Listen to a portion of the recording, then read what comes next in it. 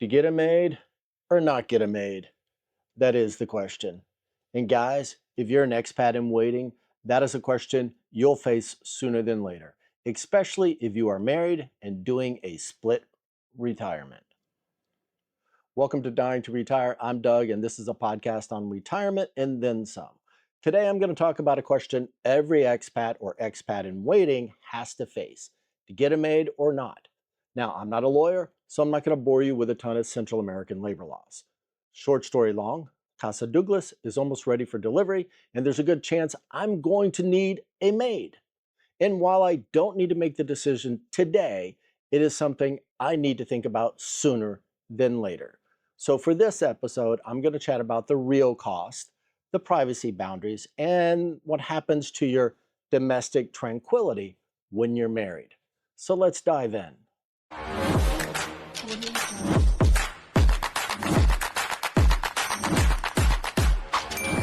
Whether you're moving abroad for good, doing a slow travel thing, or just setting up a vacation home, most people eventually have to contemplate whether they're going to get a maid or not.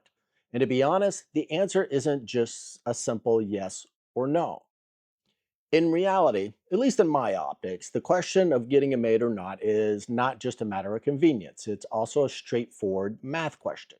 A question you should have at least a 70% solution before you're in your new home and there is a mile high stack of dirty dishes in the kitchen sink. Many of the guys planning to become expats often just see the daily cost for a local maid and stop there. Rookie mistake, you tell me. Be it Mexico, Guatemala, Colombia, or wherever, you have to look at the total annual commitment of having a maid. If you don't account for the mid-year bonus and the Aguinaldo, at the end of the year, you're likely going to lose your help.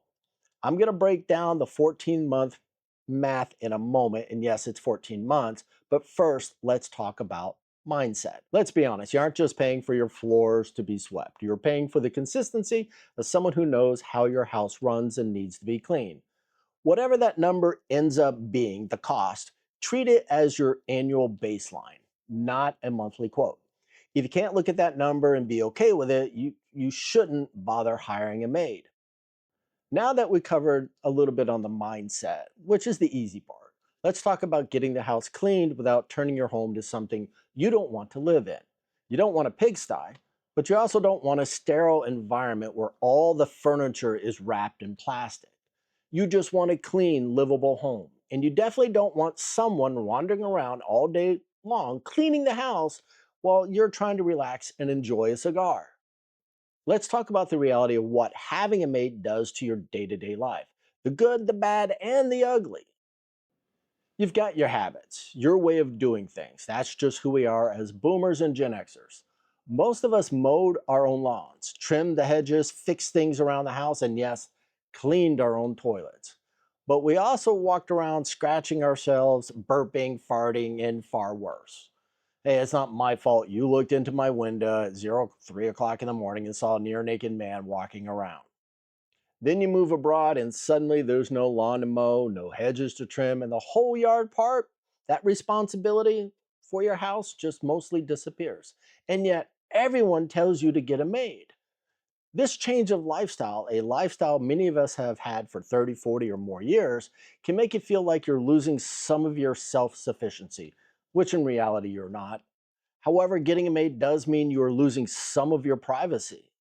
Now, here's something that may be a surprise to some of you guys. Having a maid or a servant isn't really an American import down there. Middle class and up in Guatemala and other Central American and Latin American countries, people grew up with domestic help. It's just part of the culture. And here's the kicker: if you show up with just your Social Security check, that little check that the younger generations keep wanting to take away from you, that alone puts you in the bracket. While you may see yourself as a not so rich gringo expat throwing money around, to them, you're middle class.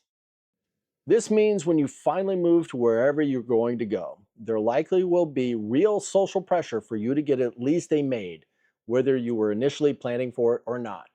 Your family, neighbors, everybody just assumes you will. And by the way, most folks down here will call them the Empleada or simply Chica. Then you get the more politically correct people, they'll call her La Muchacha de la Casa, or just the Muchacha, right? Doesn't matter the fancy names, the politically correct names people want to slap on it. She's the maid, your maid. Let's be honest, you got someone coming into your home and you're paying them to be there. And they're going to see how you live. Are you dirty? Are you clean? Do you forget to flush the toilet a time or two? Or do you keep that special sock lying around? It also begs the question, if you have a maid, do you need to keep your personal things, wallets, purses, money, things like that, put away? You will have to adapt to a new way of life in your own home. Bet none of y'all talked about this when you were sitting around the fire pit, smoking the cigars, having a drink, shooting the shit, talking about your retirement plans. And here's something I'd bet money on, guys. A lot of your wives have spent years telling you they don't get enough help around the house. Fine. But you put an actual maid in front of them, someone who's going to come in and clean her kitchen her way, and watch how fast that story will change. Suddenly it's she didn't do the baseboards right, or she uses too much bleach, or I just did it myself, it was faster. Now look, sometimes that's a real complaint, but a lot of times it's not about the baseboards. It's about control. Somebody else is touching her house, feels like someone else judging how she's been running it. No man alive is going to win that argument by pointing it out, so don't even try. Just know it's coming. Now, my situation's actually a little different because, as much as my wife likes to joke and say we've had a maid, her, we've never actually had a maid. And while a lot of my family and friends tell me, Doug, you got to get a maid to help with the cleaning once you get settled, my wife's preference is for me not to get one. Her main reason is that she prefers to do the cleaning herself. But remember, she will not be retired for another couple of years. So while I'm down in Guatemala, she will be spending most of her time here in Maryland. And it will truly be a split retirement. But the other reason? It's something I cannot make up if I tried. She is often on this app called Nextdoor. Have you heard of it? Like she's addicted to it, right? Especially her thing is to be looking at the post about lost and found pets in our neighborhood here in the Socialist Republic of Montgomery County, Maryland. That's what she does all night. She'll be looking at it. And you know why she is hesitant about me or us having a maid? Well, because on that same app, she has seen more than once where people are offering their cleaning services. Then other people jump into the comments asking if the cleaners, the young Spanish ladies, are willing to do it topless. And while this has never crossed my mind, her mind actually goes there. Now, let's be clear. I'm not looking for anything like that when the house is done and I'm down there in Guatemala. I just want someone to scrub the bathrooms and the kitchen a couple times a week because I don't want to be doing that in my retirement. But knowing my luck, if I ever did accidentally end up with a service like that, I would not get what you see in the movies. Not once. I would end up with a chubby 50-plus woman who gravity has not been kind to the girls. You know exactly what I'm talking about. We're talking old school National Geographic territory here. Look, I'm pretty sure these kind of services aren't even actually offered in Guatemala. But hey, I'm just doing the research to reassure the wife. To make matters worse, my wife's aunt is unintentionally not helping. During a family gathering a while ago, we were chatting about the status of Casa Douglas and where it was in the build process. Several of us were talking about whether or not I should get a maid. After I mentioned that, my wife said if we got a maid, it would have to be an older lady. Her tia kept saying, no, no, Douglas, we can get you a pretty young maid, 20 years old or younger. She can be named Maria if you want. Maria. Guys, that's my ex-wife's name for over 30 years ago. My current wife's name is Miriam. I couldn't even get out of the M's. Everybody was looking at me, and I looked over and saw my wife standing behind her aunt. Her aunt was totally unaware she was there when she was talking, and my wife just kept shaking her head. Not a pretty sight. So my wife, in her own way, reiterated her position. Let's just say it was a very interesting hour drive home that night. The bottom line, moving abroad and getting a maid isn't the end of the world, but it does mean there are changes you will have to adapt to.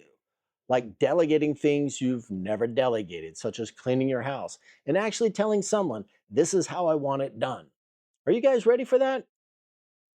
If you are, let's get down to brass tacks. What does having a maid actually cost? How do you make sure you're getting your money's worth? And more importantly, how about that peace of mind you're actually paying for? First off, you got to drop the hero act.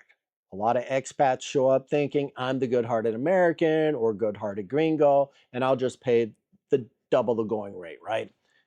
Yes, these women are hustling their asses off, no doubt. Where I'll be at, most homeowners are not around 7 days a week. So many of the maids there are doing 2 to 3 houses a day, 2 to 3 hours each, then on to the next house. Look, having a maid, you need to be friendly, but you need to run it like a business. So set the boundaries early. What's expected, what's not, or you just may get walked all over.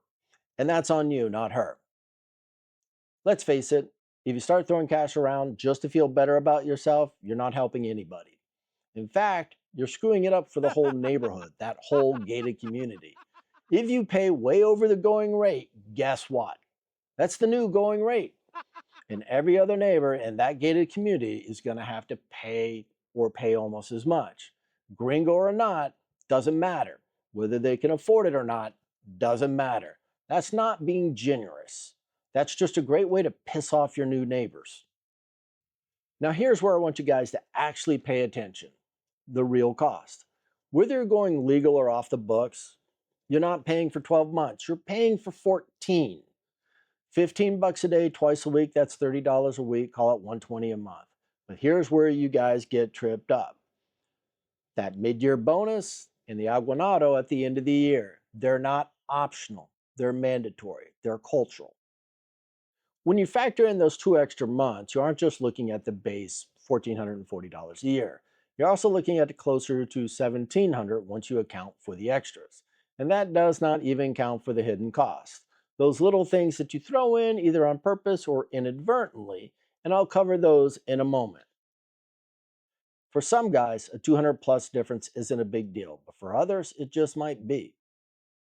To make having a maid actually work for me and the wife when she finally retires, I'm not looking for someone to be in the house all day. Like I said before, for Casa Douglas, cleaning should take no more than 2 to 3 hours tops. That's the whole time window. For dusting, laundry, floors, kitchen, bathrooms, get it done, move on. There's no cooking, there's no living maid, none of that. You and I have to keep that time locked down. Both of us need to stay in control of our own home when it comes to having a maid. Now, what about those extras I mentioned? This is where your budget gets a little slippery, a little fungible.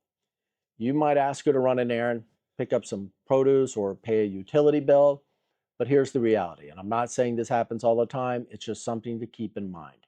You hand her 20 quetzales for a 15 quetzale tab, that's 5 quetzales and change, right? But in the minds of a lot of locals, she gets to keep the change. It's just part of the deal. It's not necessarily stealing, it's just how things work. Now, it's not a lot in the funny money, but over time it adds up. So if you don't account for these small leaks into your budget, you'll start wondering where all your money goes. So that's the math. If you run it right, it's not going to break you. But here's the thing, guys: the dollars are actually the easy part to figure out. The harder part is what this decision of getting a maid or not does at home. And that's where I want to land this episode. I'm going to say this as nicely as possible. Get a maid, don't get a maid, I don't care which one you pick. What I do care about is that you make an informed decision. Know the real cost, know what it does to your privacy, know what it will do to your marriage. Do not jump into it because your wife's Tia convinced you need a 20-year-old cleaning lady. And look, guys, the math matters. Know the real annual numbers before you commit to anything, at least be in the ballpark, because that 14th month reality will sneak up on you if you're not paying attention. But if you're married, the math isn't the hard part because it's not really a decision about cleaning, it's a control thing. You need to figure that out sooner than later. Why? Because for those who are married, your wife is going to have feelings about someone else touching her kitchen, what will be her kitchen. And you two need to have that discussion before you're out having a nice dinner in that new country arguing about it. because that is where she is likely going to decide to have that very uncomfortable conversation. And guys, Casa Douglas is not done teaching me lessons. The maid question is just one piece. There is still a hundred small decisions the wife and I have not even argued about yet. So stick around because this house is going to keep giving me material whether I like it or not. If you found value in this episode, do me a favor, hit that like button and subscribe. When you do that, it tells YouTube to push the video to other folks who need to hear it. And if you know a buddy, especially if he's married and looking to become an expat, send this his way. It might save him an argument or two.